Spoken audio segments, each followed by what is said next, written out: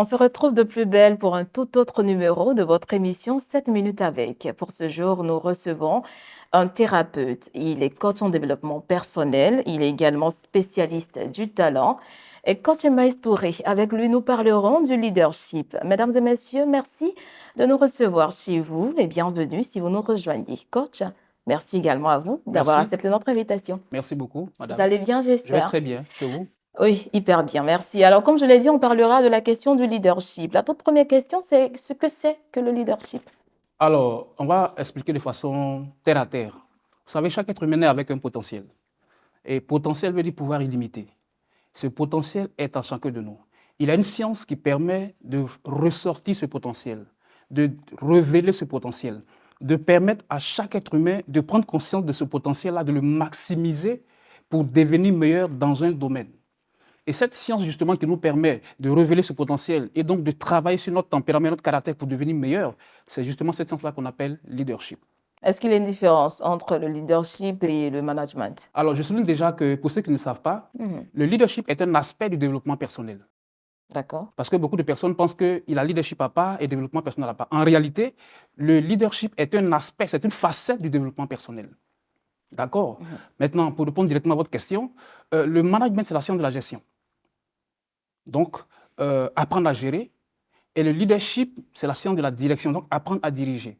Et je souligne que le leadership, c'est le summum du management.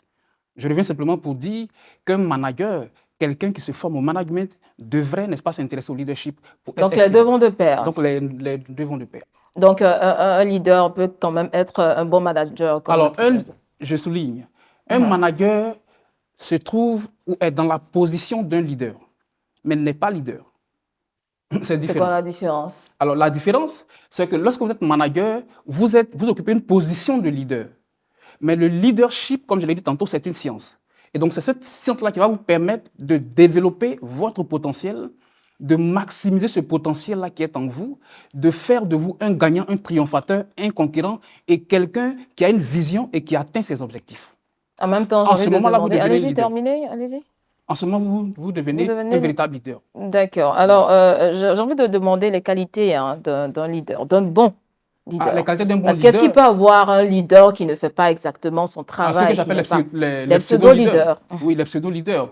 Alors, les qualités d'un bon leader, il y en a beaucoup, mais je vais citer juste quelques qualités essentielles. Il y a la vision. Donc, un bon leader doit avoir une vision, d'accord? Il doit avoir ce qu'on appelle l'aptitude à entretenir ou à développer un mental de fer, un mental de gagnant, donc une attitude mentale positive. Ça également, ça fait partie des qualités d'un leader. Un leader est également discipliné, parce que je souligne que ceux qui échouent sont généralement des gens qui sont indisciplinés. À D'accord? 100%. Oui, parce que D'accord. le fait d'être discipliné vous permet de respecter, vous amène à respecter les lois, les principes, les règles qui régissent le succès. Et donc, naturellement, si vous ne respectez pas ces lois-là, écoutez, vous ne parviendrez pas à atteindre vos objectifs. Donc, la vision, La vision. la discipline ou l'autodiscipline, l'atteinte des objectifs, l'attitude mentale positive. Il y a également d'autres traits de caractère comme la bonne humeur, l'enthousiasme, Mais vous d'accord, citez le des pessimisme. points qui sont propres au leader. Oui, On n'oublie pas qu'il dirige également un groupe de oui, personnes. oui, il dirige un Quelle groupe de devrait être son personnes. attitude face à ce groupe de Ah personnes-là? non, c'est le leader qui d'abord influence ce groupe de personnes-là. D'accord? Donc, on va dire simplement que le leadership, c'est la capacité à influencer les autres positivement. Et pour influencer les autres positivement, naturellement, il faut cultiver de bonnes valeurs. Donc, le leadership, c'est, n'est-ce pas, la perception, mais au centre de la perception, il a les valeurs.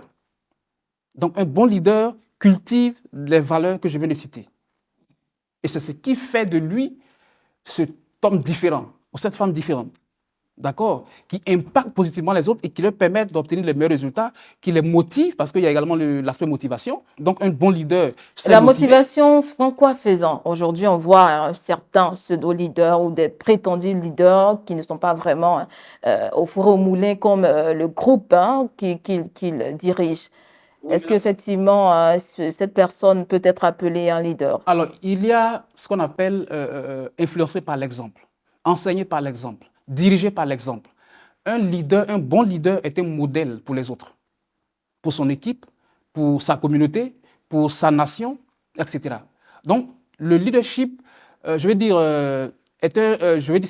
cet élément que je viens de citer là fait partie de la base même du leadership. Donc, j'allais dire c'est un élément de base du leadership. Donc, le bon leader, c'est influencer les autres. Il est lui-même un modèle pour les autres. D'accord. Après, est-ce qu'on est On ne leader? n'est pas leader, on le devient par le développement du caractère et l'affermissement de la... Est-ce qu'il n'y a pas des brins en fait de leader, c'est-à-dire des valeurs intrinsèques Qui sont en chacun de qu'on nous, doit mettre en lumière naturellement. lorsque nous Oui, sommes positionnés dans la sphère sociale? naturellement. Ces brins de lumière sont en chacun de nous, mais il faut les développer. C'est pour ça qu'on a parlé du talent. Donc, le talent, il se développe. Si vous ne le développez pas, il reste toujours à l'état Embryonnaire, on va oui, dire. oui, à l'état embryonnaire. Donc, il faut le développer. Et c'est justement ce à quoi, je veux dire ça, c'est cet aspect qu'il faut travailler en tant que leader. Donc, il faut apprendre à développer ses talents pour justement apprendre à impacter positivement les autres, comme je l'ai dit, et donc atteindre ses objectifs. Donc, pousser son équipe, ou je veux dire, Ce groupe de personnes quand oui, ce même, groupe de personnes-là, on dirige. à justement atteindre ses objectifs. Est-ce qu'après, parlons là des attributs du leader, est-ce que on peut quand même, ou on va dire tout le monde peut devenir leader? Oui, C'était tout le ça monde la peut devenir question que j'avais leader. oubliée. Tout le Est-ce que monde tout peut le monde devenir... peut devenir Oui, tout le leader? monde peut devenir leader. J'ai dit que le leader, on ne n'est pas leader, on le devient par le développement du caractère et l'affermissement de la vision.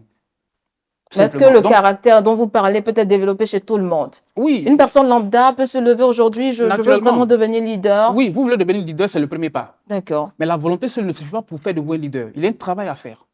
Et c'est justement ce travail-là qu'il faut faire. Donc, si vous voulez affermir votre vision, il faut travailler à cela. Si vous voulez affermir, développer vos aptitudes, n'est-ce pas, relationnelles, il faut travailler à cela. Si vous voulez développer cette attitude mentale positive, cette force mentale qui vous permet de réussir, de dépasser vos limites, il faut également travailler à cela. 7 minutes avec coach Maïs Touré. On est déjà au terme de l'émission. Comment approcher le coach?